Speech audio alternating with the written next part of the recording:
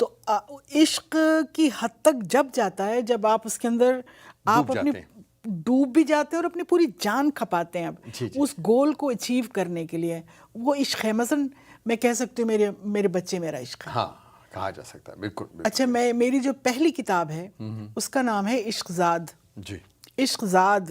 اچھا. تو لوگ مجھ سے پوچھتے تھے کہ بھائی یہ کیا مطلب ہے, عشق زاد کا کیا مطلب ہے؟ تو میں ان سے کہتی تھی کہ جیسے پھوپھی زاد, جیسے خالہ زاد, تو جس سے عشق کا رشتہ ہے وہ عشق زاد. جی جی. تو میں نے اپنی شاعری میں بلکہ اپنی کتاب میں اس بات کو واضح کی, شاعری میری عشق زاد ہے. جی. تو عشق تو اتنا بڑا استعارہ ہے, اور واقعی اگر ہم اس میں مطلب ہم اس کو اس کے ٹارگٹ ہم نہیں پورے کر سکتے جب تک کہ ہم اس کو پورا ٹائم نہ دیں.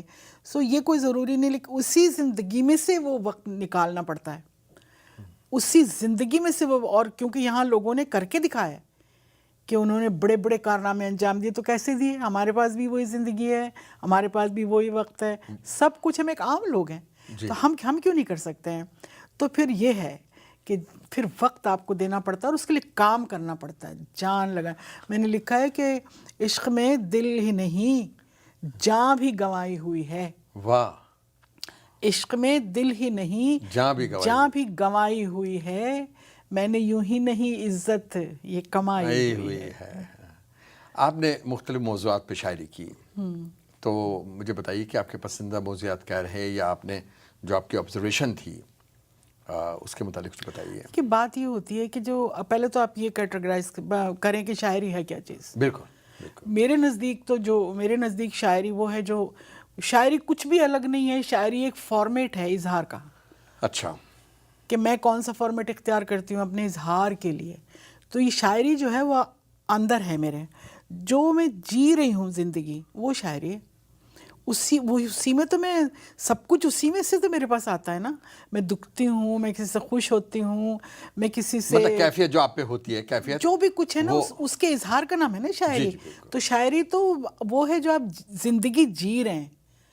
اور سچی بات بتاؤں کہ جہاں جہاں کرافٹنگ نہیں ہوتی نا, اور جہاں جہاں سچ لکھا جاتا ہے وہیں پاور ہوتی ہے. تو شاعری تو وہ ہے جو میں زندگی جی رہی ہوں, میری شاعری اس کے علاوہ کچھ بھی نہیں ہے. تو آپ سمجھتے ہیں کہ میرے سارے موضوعات زندگی سے اٹھتے ہیں. اور زندگی کیا ہے؟ پوری دنیا ہے. پھر موضوعات تو آپ کو خود بخود ہی مل جاتے ہیں. اور ایون جیسے کہ میں اپنی نسل کو کہتی ہوں, پاکستان بھی کہہ سکتے ہیں آپ, لیکن اگر آپ اس سے بھی آگے گلوبل ولیج تک اگر آپ آ جاتے ہیں, اس کی گفتگو کرتے ہیں, تو آپ دیکھیے جو مسائل برننگ ہم کو ملیں وہ شاید اس سے پہلے کی نسل کو اتنے میسر نہیں تھے. تو اس سے ایک پازیٹیو بات یہ ہوئی ہے کہ ہمیں بہت موضوعات, بہت رچ ہو گئے ہم تجربوں کے اندر. اور تجربے کیا ہیں؟ کیونکہ ہم ان کو جی رہے ہیں, ان مسائل کے اندر سے گزر رہے ہیں, ان مسائل کو ہم دیکھ رہے ہیں. تو جو ہماری یعنی کہ جو جسے کہتے ہیں نا کہ تجربے کی جو بلاغت ہوتی ہے, پاور ہوتی ہے نا تجربے کی, وہ سب سے زیادہ ہوتی ہے. دیکھیں شاعری کئی طرح کی ہوتی ہے. مثلا میں کچھ لکھوں, ایک تو یہ ہے کہ میں نے دیکھا, میں نے وہ لکھا, ٹھیک ہے نا, جس کے لیے میں نے کہا تھا کہ اسے تم سوچ کر کیسے لکھو گے, تمہیں جس کرب کا خود تجربہ نہیں. ایک تو یہ ہے کہ جو مجھ پہ گزر گیا, بالکل مجھ پہ گزر گیا, ایک وہ لکھا جاتا ہے. ایک وہ لکھا جاتا ہے جو آپ نے مجھے سنایا. مثلا آپ کا کوئی ہے, آپ نے مجھے کوئی واقعہ سنایا یا بات بتائی, اس سے بھی میں اسی تھرو ہوتی ہوں. اچھا ایسے اس سے بھی میں لکھتی ہوں. وہ سیکنڈ اس میں چلا جاتا ہے. پہلا وہ ہے جو میرے اوپر گزرتا ہے, دوسرا وہ چلا جاتا ہے جب میں سنتی ہوں, تیسرا وہ چلا جاتا ہے جو میں پڑھتی ہوں, چوتھا وہ چلا جاتا ہے کہ جو میں جیسے آج کل فیس بک ہے جس کا کوئی اتھینٹک تو ہے نہیں وہ, پر لیکن ہے. تو اس طرح کیٹیگرائز ہوتے چلے جاتے ہیں تجربات. سارے یہ نہیں ہوتے کہ مجھ پہ ہی گزر رہے ہوتے ہیں.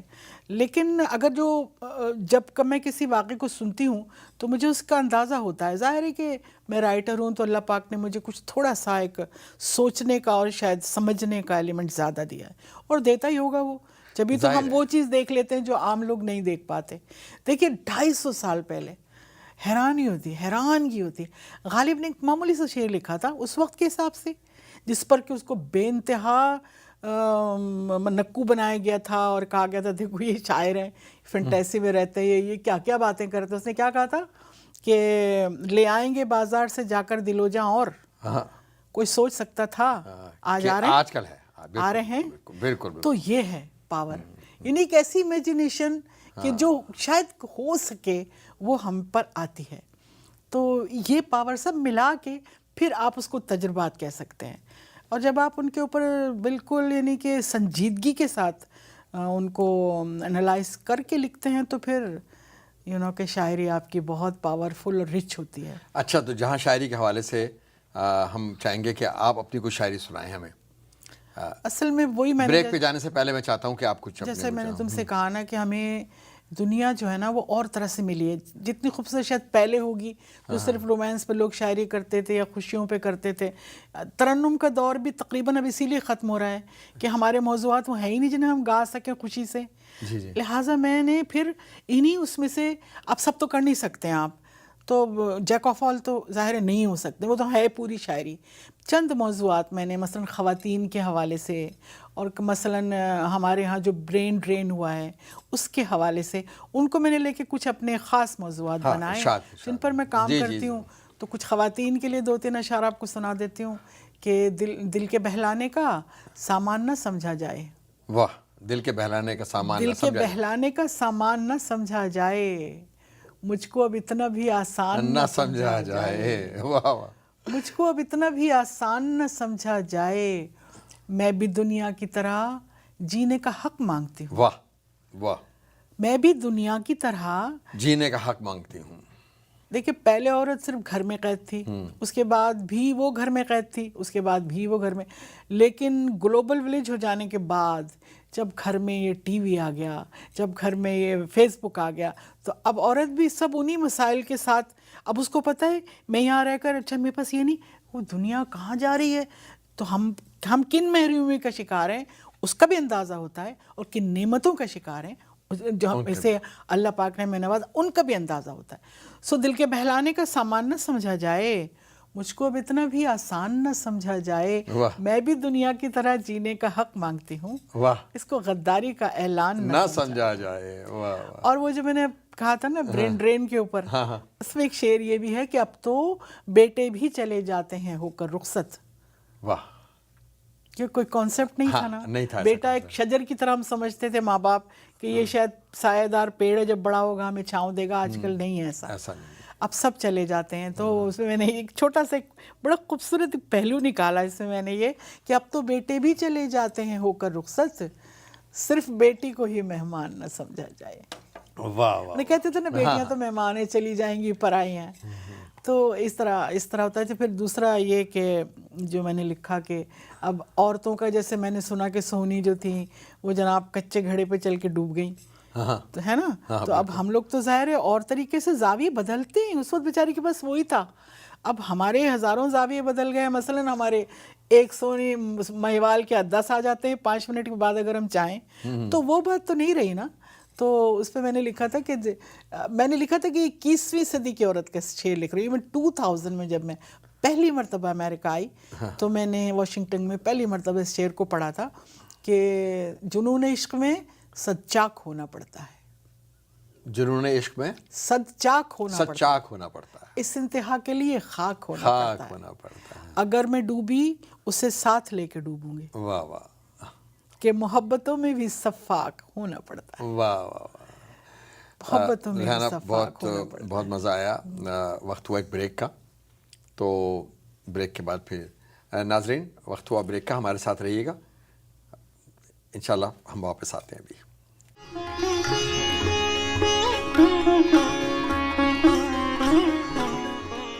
Brought to you by Silver Shield Insurance.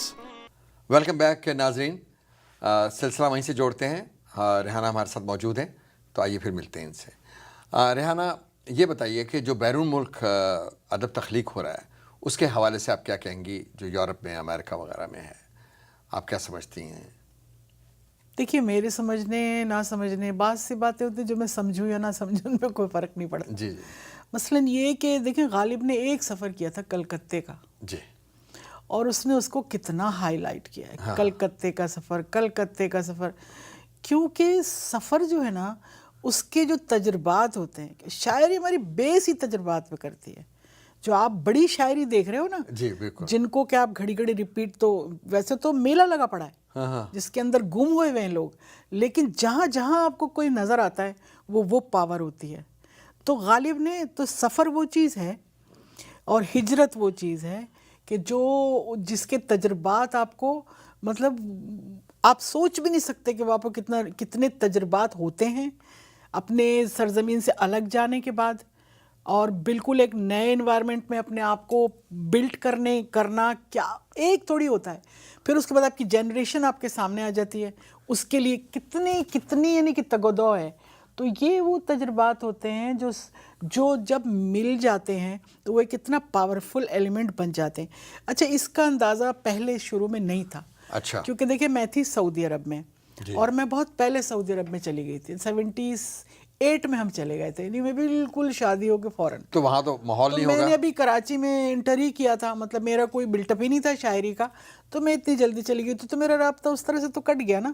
اچھا، تو پھر اس کے بعد یہ ہوا کہ ہم نے سعودی عرب میں اپنی ایک انجمن بنائی، کیونکہ ہمارے پاس وہاں تو کچھ بھی نہیں تھا، نہ اساتذہ، نہ زبان، نہ شاعری، کیا تھا. لیکن ہمارا تو بھائی وہ دریا کو روانی اور پانی چاہیے تھا بہنے کے لیے، تو پاگل لوگ تھے ہم لوگ.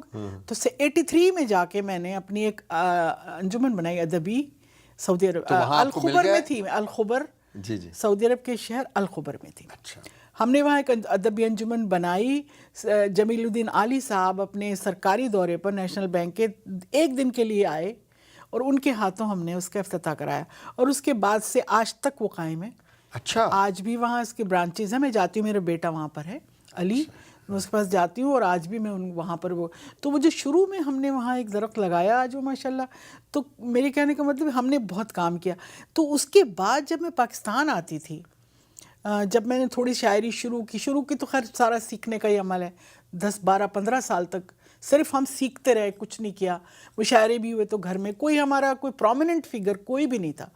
تو میں جس وقت 89 میں جب میرے بیٹے نے میڈیکل میں ایڈمیشن لیا تو میں کراچی زیادہ آنے لگی. پھر ظاہری بات ہے کہ میرے تعلقات بھی ہوئے. رئیس امروی صاحب کے پاس مجھے لے جایا گیا، مختلف بڑے لوگوں کے پاس ملایا گیا کہ بھئی لڑکی آتی ہے اور یہ اس طرح شاعری کرنا چاہتی ہے. تو وہ جب مجھے تھوڑی راہیں بنتی گئی، جب میں وہاں کے مشاعروں میں شریک ہونا شروع ہوئی، تو آپ یقین کریں ایک تاثر تھا. تاثر یہ تھا کہ یہ بیچارے مین اسٹریم سے کٹے ہوئے لوگ ہیں، نہ ان کو اساتذہ میسر ہیں، نہ ان کو کوئی کتابیں میسر ہیں، تو ان کی شاعری کیا ہے، کیا ہوگی. تو اب یہ تاثر تھا کہ ظاہر وہاں رہنے والے لوگ فل فلیج اپنے جناب گن اور کلاشنکوف لیے ہوئے شاعری کر رہے ہیں، اور یہاں سے بیچارے ہم وہ پتہ نہیں کیا کیا محنتیں کر کے ڈھو کے اپنی کچھ نہ کچھ کر کے لے جا رہے ہیں. اس میں بھی یہی ہو رہا ہے کہ ہمارا جب بلایا جا رہا ہے تو تعارف کیا جا رہا ہے کہ ریحانہ روحی صاحبہ ہیں، یہ الخبر سے آتی ہیں، سعودی عرب کی نمائندگی یہ کرتی ہیں، اور اب ہم ان کو بلا رہے ہیں. یہ بیچارے مین اسٹریم سے کٹے ہوئے لوگ ہیں، لیکن پھر بھی بڑے لوگ ہیں کہ وہاں رہ کر یہ طرح کام کر رہے ہیں. اس بیچارگی سے تو آواز دی جاتی تھی. جی جی. لیکن میں ایک بات تو میں بتاؤں کہ یہ تو خیر شروع کا تھا، اور اس وقت ایک دم سے یہ آنا بھی شروع ہوا کہ بھئی وہاں پر لوگ جب گرو ہوئے، میچورڈ ہوئے، وہ آنے شروع ہوئے. تو اب اس کے بعد جناب اس کے کوئی تقریباً میں سمجھتی ہوں بہت نہیں 10 11 12 سال کے بعد جو شاعری آنی شروع ہوئی، زیادہ آئی نا، تب موازنہ شروع ہوا.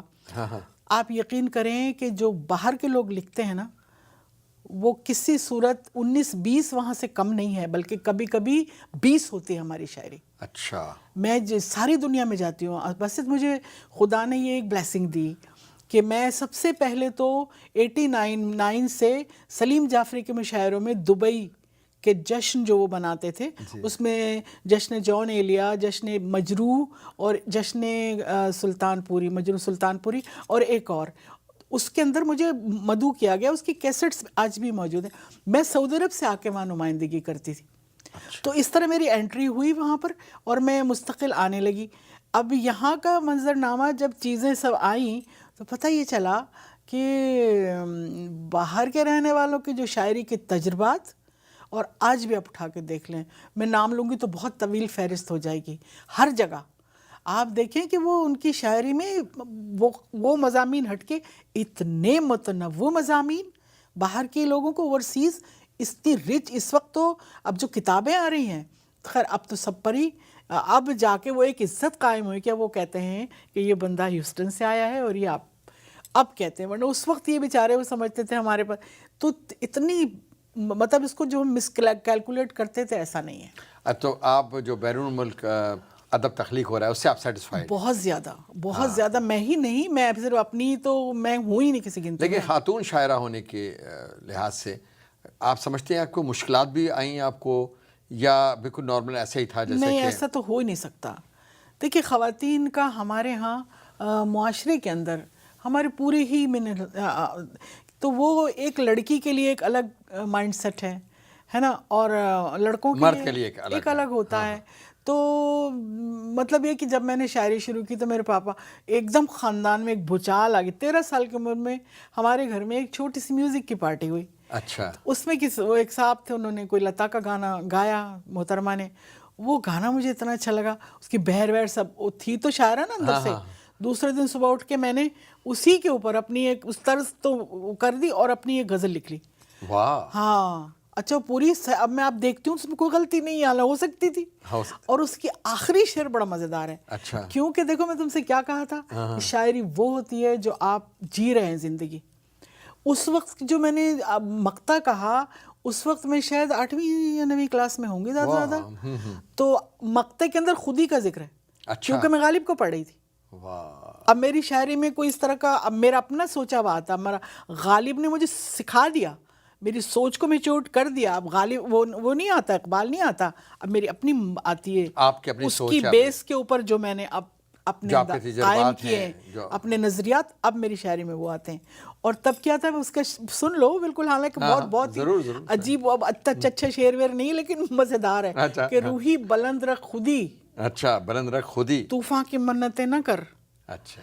ساحل نہ مل سکا تو کیا، کشتی بھنور کے پار کر.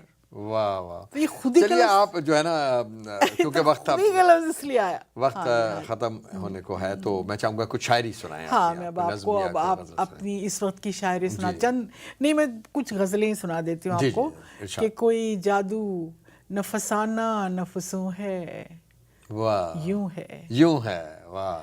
کوئی جادو نفسانہ نفسوں ہے یوں ہے کہ عاشقی سلسلہ کار جنوں ہے یوں ہے. واہ واہ واہ. اور تو نہیں ہے تو تیرے ہجر کی وحشت ہی صحیح. واہ.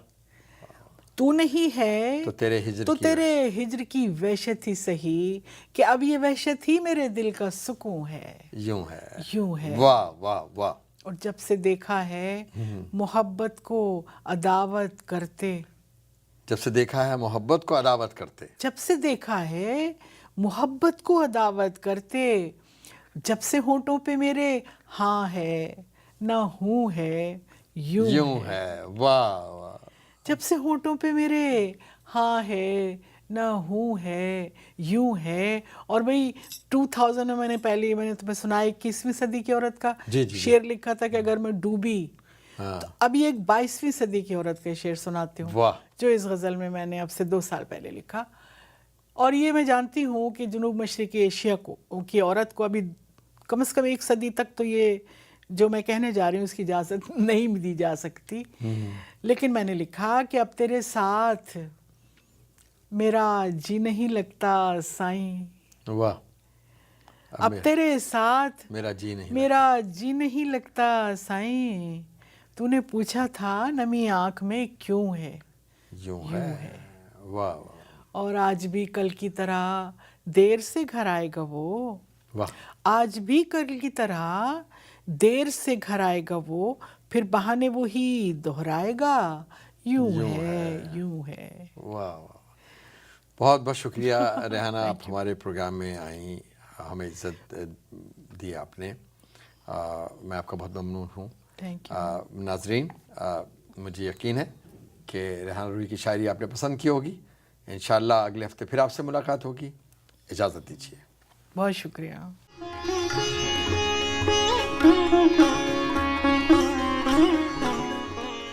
Brought to you by Silver Shield Insurance.